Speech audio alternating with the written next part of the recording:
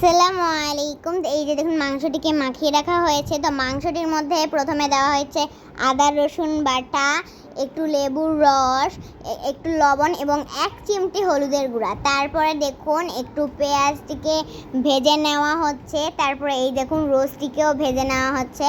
তো ভাজার পর এই যে দেখুন প্লেটে তুলে রাখা হয়েছে। তো আমরা কিন্তু ছোট ছোট করেই পিস করে করেছি, কারণ আমরা যেহেতু বাসায় খাবো। আর এখানে দেওয়া রয়েছে গরম মশলা,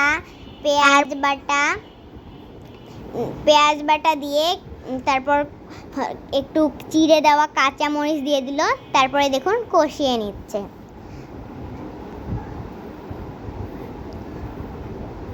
তো দেখুন কষিয়ে দেখুন একবার লাল করে ফেলেছে কালারটিকে। তো আপনাদেরকেও কিন্তু এরকম লাল করে কালারটি করতে হবে।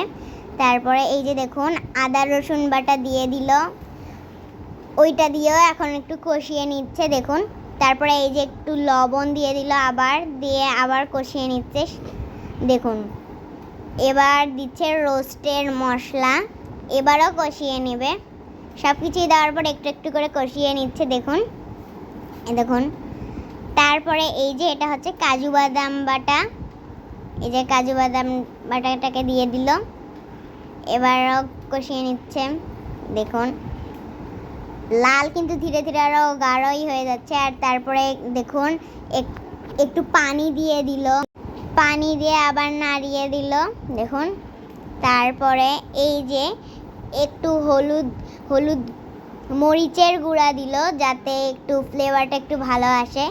তারপরে এই যে দেখুন রোস্টগুলোকে ঢেলে দিয়েছে। তারপরে এরকম নাড়িয়ে চাড়িয়ে নিচ্ছে দেখুন। রোস্টের কালারটা দেখিয়ে তো জিভে জল চলে আসছে, মনে হচ্ছে কাঁচাই খেয়ে ফেলি। তারপরে এই যে দেখুন নাড়িয়ে দেওয়ার পর একবার রোস্টটি এখন তৈরি, একটু নাড়িয়ে চাড়িয়ে দিতে হবে। তো কার কার এইটি দেখে আমার মতন জিভে জল চলে এসেছে? তো এই যে দেখুন কার কার আমার মতন এরকম জিভে জল চলে এসেছে অবশ্যই কিন্তু কমেন্টে জানাবেন। তারপরে এই যে দেখুন দুধ দিয়ে দিচ্ছেন। একটু পর আমরা পেঁয়াজ বেরেস্তা দিয়ে দিয়েছি, তো সেটা আমরা তুলতে পারিনি। তারপরে এই যে দেখুন, তো দেখুন কালারটা এখন সুন্দর হয়ে এসেছে। তো রান্না বান্না পুরোই শেষ। তো আজকের ভিডিওটা এই পর্যন্তই। সবাইকে আসসালামু আলাইকুম।